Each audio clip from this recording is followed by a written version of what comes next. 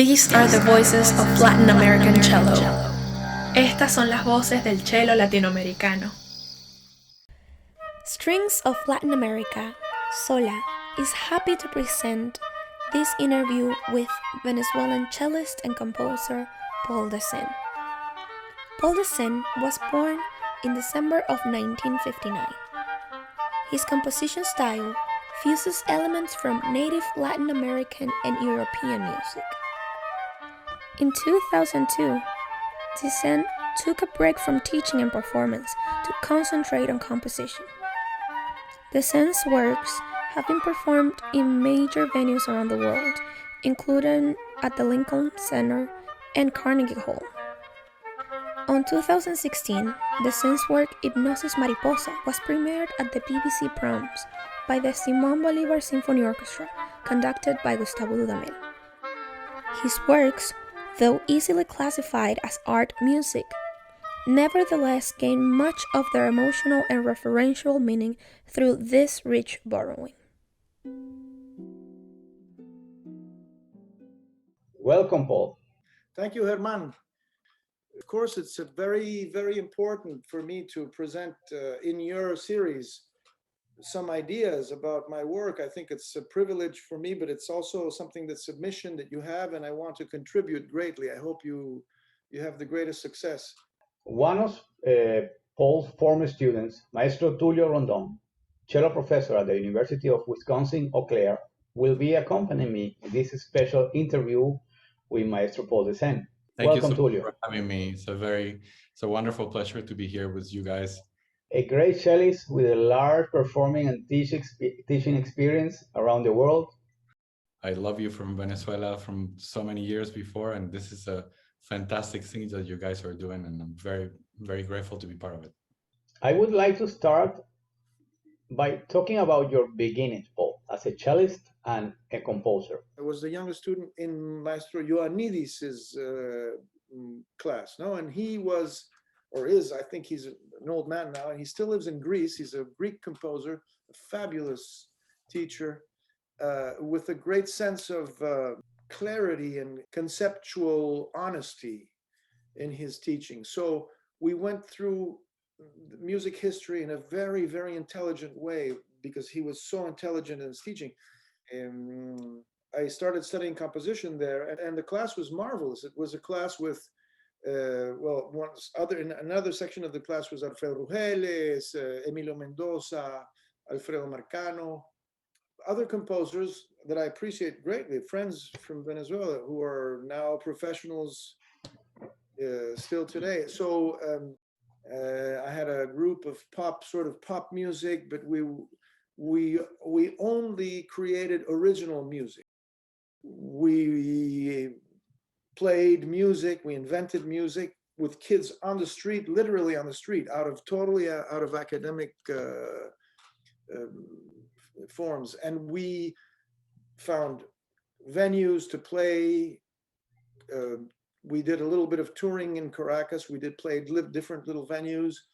Then simultaneously, I started studying composition with Ioannidis, and I had that experience of creating music and learning about composition at the same time. So that was a very great time for me. Un Pie y un Ojo was the name of our group. We all invented music collectively, so it was very interesting. And the performers most of them are great musicians today. Juan Francisco Sanz, who's in Medellin with his wife, Antonieta Palacios. Lorenzo Barrientos, who's a fabulous bass player who then went to play with all the salsa groups and everything, and now he's one of the most prominent musicians in Catalonia. I mean, it was a very, very, very good moment for music in Venezuela, and it was, of course, simultaneous with the creation of El Sistema. It was exactly at the same time that El Sistema was being created by Abreu in 1975. As a teenager, I also had a small rock band. Un Pie y un Ojo were our examples. Really incredible. Yeah. And we are almost the same age. How about your cello beginnings? Who were your teachers there? I started studying with Antonieta Franzosa, who was the first cellist of the Sinfónica Venezuela. a fabulous woman. She was very, very engaged in teaching, and we got along very well. And she taught me everything like in 1 year. So I continued, and she left. She vanished. One day I go to the conservatory and I see to the Santa Capilla where she was going to teach that year. So I go in September or something, and I see Carlos Tepa, the cellist there. He's a composer, another composer cellist. He was there, and I saw, and I said, "What is this? This is like Maestro Soho, like the oldest man in the world teaching cello, and I don't want this. I don't." And he was, and so I said, I don't know anything. And I left, and I never went back to that class in Santa Capilla. I said, I can't. So that week or the next week, I started composition. Somebody told me, no, look, there's a new course, blah, blah, blah. We go and see there's support from the INCIBA, the cultural organization of Venezuela at the time, Instituto Nacional de Cultura y Bellas Artes. It's incredible. You know, when I went to Paris, I swear I could recognize when I started taking theory harmony classes in France, I could identify a style and give a date for nearly anything I could hear. Because Ioannidis taught us music on the conceptual level, meaning that music is constructed not, I mean, by its own inner laws and its own evolution, but it expresses a set of ideas and a set of things that's very precise, and it has a very precise stamp. With Ioannidis on top of that, I felt that I had, you know, the package was good, but I was very raw in terms of experience. So I had to fight and struggle to catch up with the European level of cello when I was in France, because it's very, very tough. The French school is tough, and it's you know, it's cold-blooded. You have to play this and that and that and that boom boom boom. They, you know, it's, well, you know, it's not as human as England, for example. It's or as Germany, where things are more, you know, more organic in their teaching and everything. In France, it's very, and age is of essence, of course, everywhere, but in France, it's really like, you know, oh, you're a late learner, so you're not going to be a professional or whatever. You know, they treat you very, very badly. So then that, from all that fantastic atmosphere, when I went to France, I suffered when I tried to study and move up the ladder of the academic ladder, because it was very rough. You know? But you learn a lot, I guess. Yeah. Well, Tulio, would you like to ask Maestro Desenne? Could you talk about your process when you write a piece for cello specifically, if it's different from other instruments? The composition for strings, and particularly for the cello, is something that that's very special in Venezuela, I think, because I think that we're not afraid of experimenting with the instrument in a way that's natural to other instruments, like percussion instruments. So we do crossover techniques very easily in Venezuela, and you can see it with the kids of El Sistema. When we were teachers there, and you were teaching also, we had all kinds of, and I had colleagues, and our friends in the Simon Bolivar Orchestra would explore all kinds of sounds with the cello, just playing, right? Just fooling around. It's universal. Fooling around with an instrument is a universal thing. But in Venezuela, we connected our instruments, the symphonic instruments, with other families of instruments that are played traditionally in Venezuela. So we had a different way of looking at the instrument. And the bow is very physical, is very rhythmic. It's very suggestive of percussion instruments, sorry. So it's a very interesting transition. So in that medium, we had a fertile atmosphere of crossover influences. And I think that's really what's relevant in our case. And I think that's the source from which we must all drink if we're our artists, is our Latin American, the big, huge laboratory of ideas, no?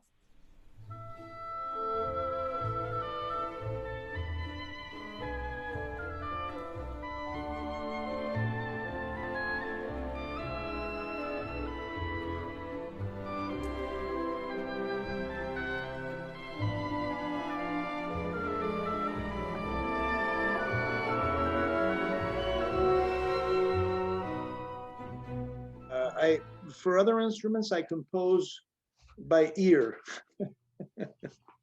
But for the cello, I compose with my fingers in a way.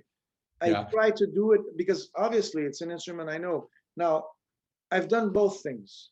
In the Jaguar suite, Jaguar Sonata, whatever, the movements, some were composed strictly from cello ideas and others from musical ideas and creations that are independent of the instrument. So in my case, I want to control down to the last little glissando because I know exactly what I want.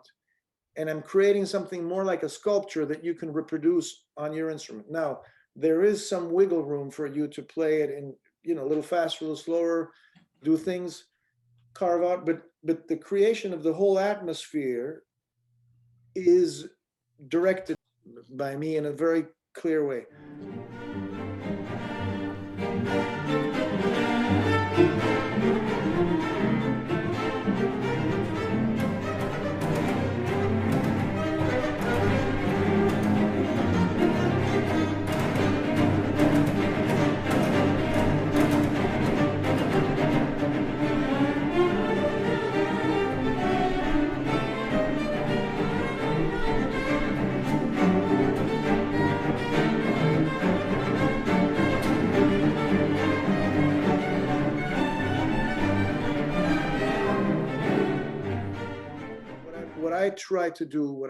My process is driven by the instrument itself, its possibilities, its interior colors, its language, and that depends of things that are in between the notes many times. We have an instrument that has sometimes gigantic distances, and the music does not include the time to pronounce those gigantic distances. The music wants you to go here and there, and often when the composer is not a cellist, it can be terribly cruel. You know, you just leap and jump, and you know. I try to work inside those movements that are in between the notes. Today I'm trying to explore those things. The sounds that are not written, or they are written, but they're not expressed exactly. The score has a technical device, and you have to sort of, with the rhythm and the technical device, you produce something that's not exactly what's written. It's something that has additional parameters, like glissandos, like percussive things, and all of these are sort of integrated into a language that's natural for me. Natural. What I mean natural means that I can relate to it on a purely musical, non-intellectual level. Now that sounds not very legal, but I mean, because you have to think when you're listening to music, but it's more, now I'm more involved in a emotional, sensuous exploration, more than an intellectual exploration.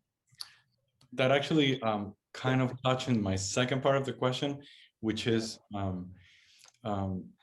you incorporate a lot of innovative ideas that have never been written in the cello repertoire, as you did in Jaguar, and probably not also doing in the new piece that you're writing for me. So is this something that you are striving for, or because of the process that you just explained, it just come about by itself? I think that you're constantly, when you take a cello in your hands and you're a cellist, if you have some kind of curiosity, you start seeing how it sounds outside the box. But in the Western repertoire, we learn a very narrow range of things to do with the instrument. Sometimes they're very sophisticated things. I find that terribly restrictive. I mean, if you are really creative, it's not been explored at all. It's been just a little bit explored. That's what I always ask myself. How can we innovate? How can we do something different that takes the cello out of that narrow little window where you have, I mean, it's a beautiful window. Okay, a cello melody well played is the most marvelous thing in the world. Okay, but then once you've done the melody, you know, what do? You just pluck basses and things like that, which are beautiful as well. I think there's a whole world that's not being explored, rhythmic possibility even in the accompaniment, in the world of accompaniment. Now, I always say that in composition, the most important thing is the accompanying textures. Of course, you're talking about music that's melodic, for example, not necessarily, but well, the textures, yeah, the accompaniment, the rhythmic harmonic movements. That's the most important part of music, because you can take a melody and you can harmonize it in 100 different ways. The melody will always be the same, but you can do it Brazilian, Venezuelan, Argentinian, you can do Mexican, it changes the message entirely. The cello in Central Europe has a different function. It's rhythmic, it's like a bourdon, it's like a, it's like a constant bass. It's not a harmonic bass, it's like a rhythmic bass. For example, you have different functions, but you have to incorporate everything.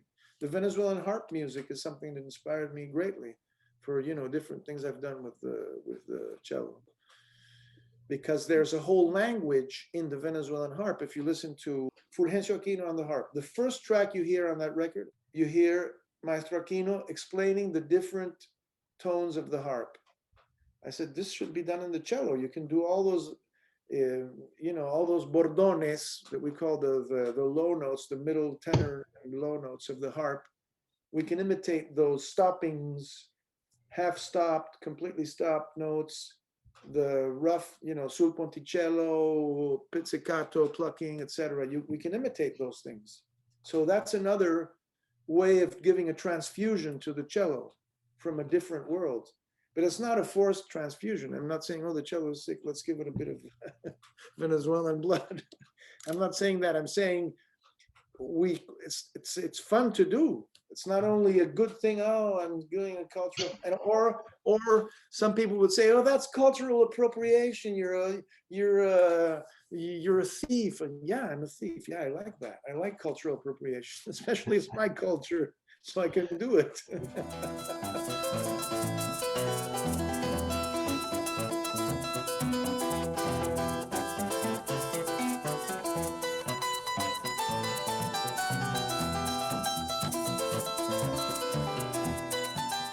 I feel privileged to have been in at least two of the first performances of pieces by yours, El Reto and the two Tropical Seasons. I want to say that I especially enjoyed the cello ensembles that you have written. I have called you a few times because I like play the Pájaro Guaracha many times. Yeah, okay. And the Pizziquitiplás that we did in my degree recital, and the Caliguasa and other pieces like that.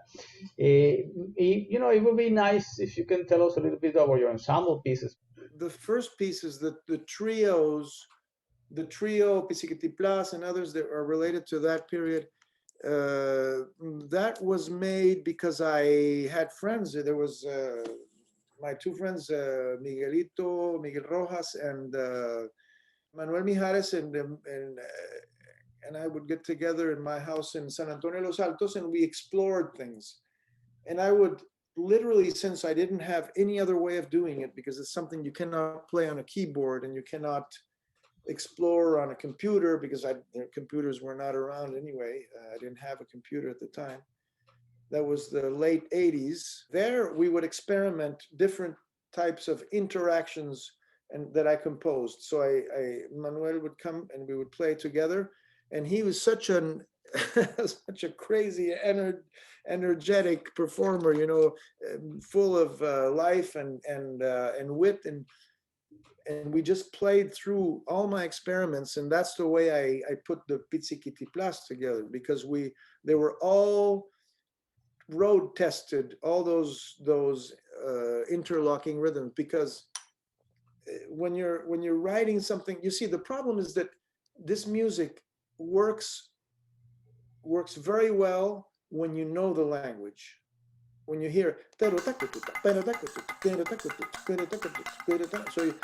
you can fit in because you know where the beats are, and you know those rhythmic elements of that grammar, of the 6/8 grammar, Afro-Venezuelan 6/8 grammar, which is very African, and it's a Pan-African mix of different things.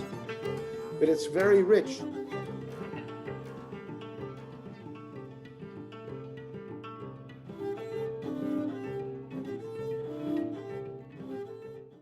we know exactly where the beats are. So it's a music where you can't count. You can't count. Mhm. You don't do 1, 2, 3. You do one. At least you do that. That's the only thing you do. And inside, it's the whole machinery of your cultural, systematic background. The page is just a reference. No, of course, the most important reference. And this is what I always say: composition and written music is not a written tradition. It's an oral tradition. Everything.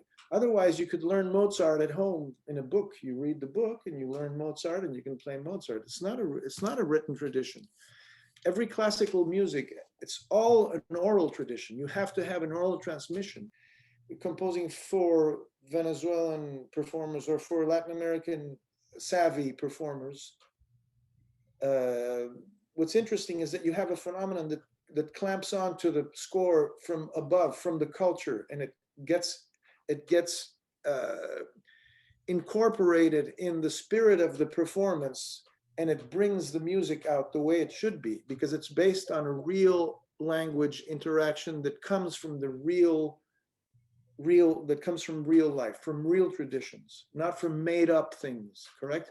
So you use devices that are fed by oral tradition, and you reincorporate them, and that's what composers did always. El que no bebe agua nunca, si cualquiera responde barajando la pregunta, si sabe de su razón, y si no, no de ninguna. Quien mitiga el fuego amargo en Hawái de arena pura, quien mata al asesinato en la soledad profunda. En la soledad profunda, el pecho del medanal, el romance que lo arrulla, la conseja que lo abisma, el ánima que lo cruza, la noche que lo cobija, el soplo que lo desnuda, la palma que lo custodia, el lucero que lo alumbra. ¿Qué culpa tengo, señores, si me encuentra el que me busca?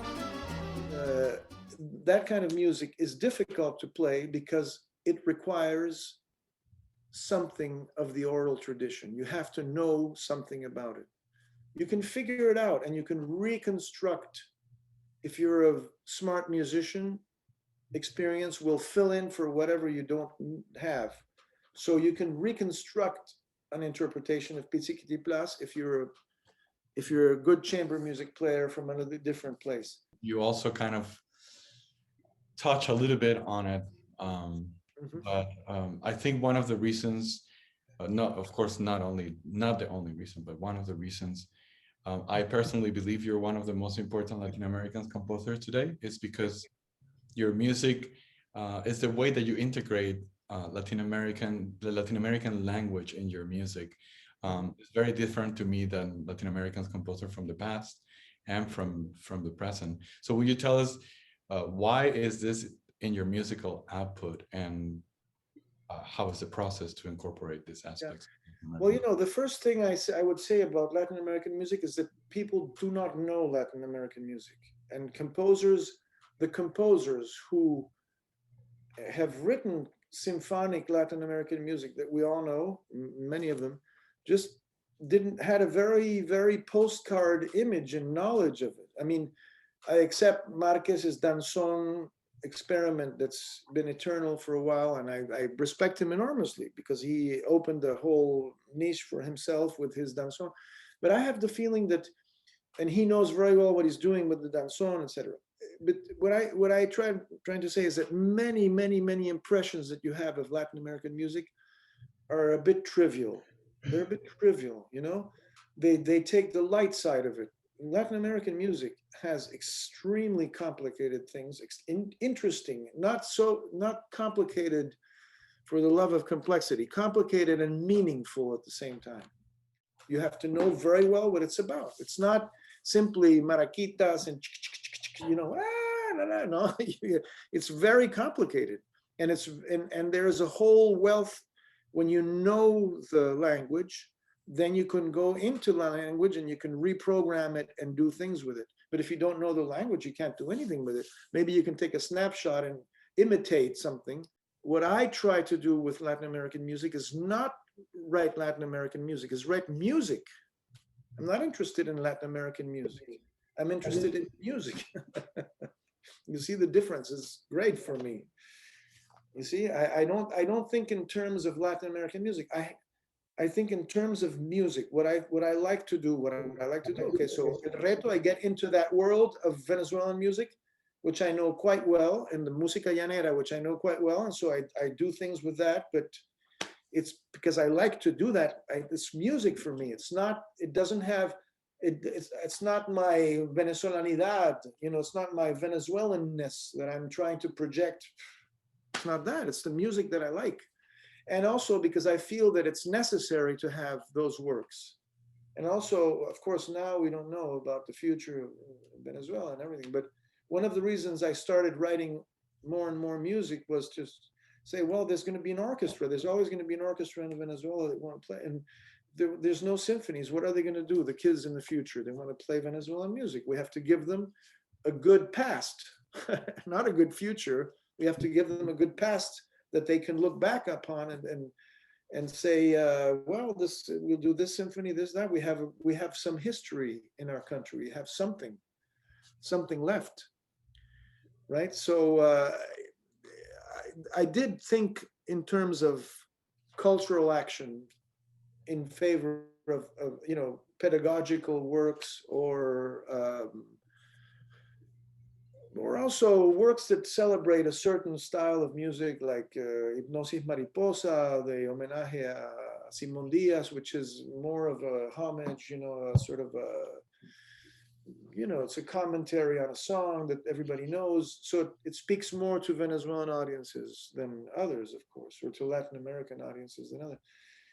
But that's, you know, the idea is not to make Latin American music. I think that would be my answer, is to make music. So my treatment is probably different because of that. No, and I'm not worried about, you know, I use tango, I use any rhythm. I've done stuff in every language because I like it. Because I like it. I like to explore the possibilities of tango music. It's not tango really, but it's, you know, the language of Piazzolla, taking it a little farther. We have roots in Latin America that have great potential for great instrumental music, but yet we're ashamed of doing them because we're told by a bunch of academics that come from Italy, from here, from there, that say, no, you have to compose like Maestro whatever who's in Seattle or something. You have to, you know, there's a whole mythology about composition. And, you know, sincerely, I think there's a lot more fun in working with traditions that are alive. I think it's a lot more fun. To start composing for me was to try to recreate the real energy between popular musicians that play without paper, without a score, without anything, to recreate that special energy.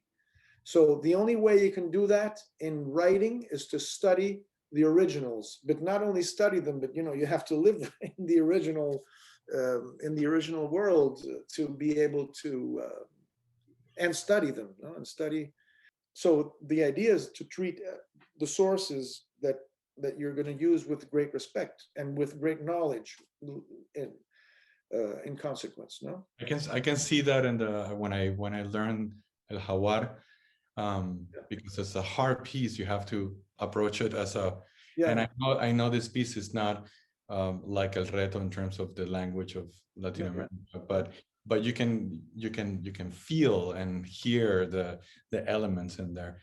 But I also love how you don't only stop in Venezuela. Like one of the pieces that I wanted to do in my dissertation was Las Dos Estaciones, because it's so rich. The way that you evoke the coquis, for example, I think is brilliant.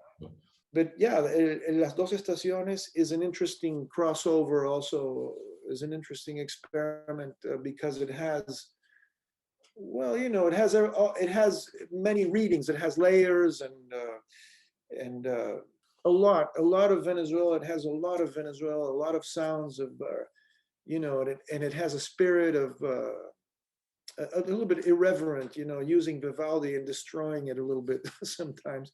And I tried to do something with the poetry of that final movement, using Vivaldi in a disrespectful way, and you know, doing some kind of Metallica 5/8 sections with the storm, etc.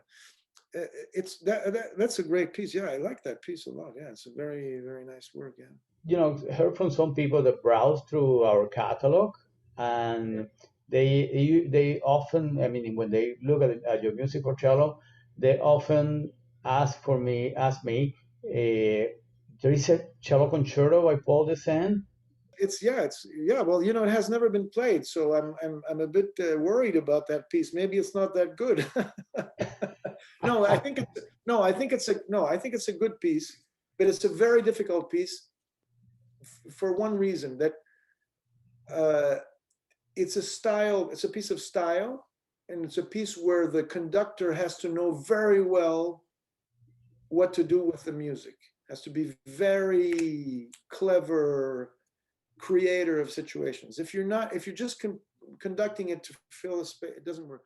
Yes, the last question I would like to ask you is, and it's not a question, it's just about a comment that you could have on the work that we are doing with the catalog, with music. Sure. No, I think so. Latin America has a serious repertoire for the cello, and it's important. What you're doing is so important because people have to have the access to all that and all the codes to reach everybody and be in touch and be able to perform that music. There's no other way. So this is absolute necessity. We need what you're doing. This is a very important thing. I always remember once that I was with you and with another people from the Simon Bolivar, and the interviewer asked you about, I mean, we have the cellists here and we have the teachers, and what else do we need? And you said we need the repertoire. And you know, that's something that we're trying to kind of classify. Yeah. I think that on our generation, we're already, you know, we're formed and we have our own path and everything, but we have to try to teach the younger generations to use the cello in a different way, because even, I mean, what we were talking about today, how you can transform the way you perform classical music repertoire, classical mainstream repertoire, by learning other kinds of music. You play the mainstream repertoire in a different way, in a super fantastic way. I learned how to perform the romantic repertoire, not because I went to the conservatory, the Paris Conservatory. I learned because I played tango for 3 years, 2 or 3 years with a group in Paris. There I learned how to play the cello, play romantic music for the mainstream repertoire, how everything, playing tango. Well, thank you very much to our special guest, Paul Desenne and Tulio Rondón. All thanks, a la luz, Natalie. Thank you, everybody, for their presence, and I hope you have the greatest success with I commend you really greatly for your work. Best auguri. Thank you. Thank you for including me in this. You're both great artists and, of course, friends involved with this Latin American kind of scene, and especially that of the cello. It was great to have this conversation about Paul's works from his own perspective. Anyway, your cello works are fantastic, idiomatic pieces that combine your extraordinary creativity as a composer with your talent as a cellist, extraordinary talent as a cellist, and your profound musical knowledge of Latin American music. Thank you so much. It has been such a pleasure and a privilege to be here with you tonight. It was my pleasure.